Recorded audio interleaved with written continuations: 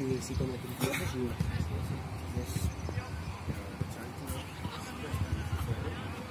Sería solo de los porteros con gafas, no había ninguna. No, ¿verdad? Hombre, que alguna vez me pongo lentillas. Juanmi también lo hace. También se les olvidaba.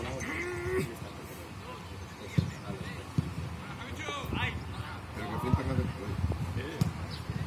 En Cartagena. Sí, porque es un pueblo. Yo soy de Zaragoza y cuando he venido a la una jugada a Zaragoza me han llevado.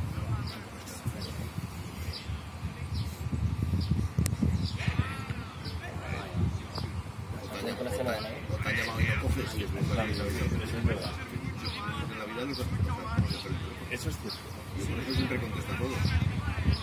Nunca sabes. Habitualmente un cambio de Vodafone ahora. El otro día me llaman la de Vodafone. Con acento panchito.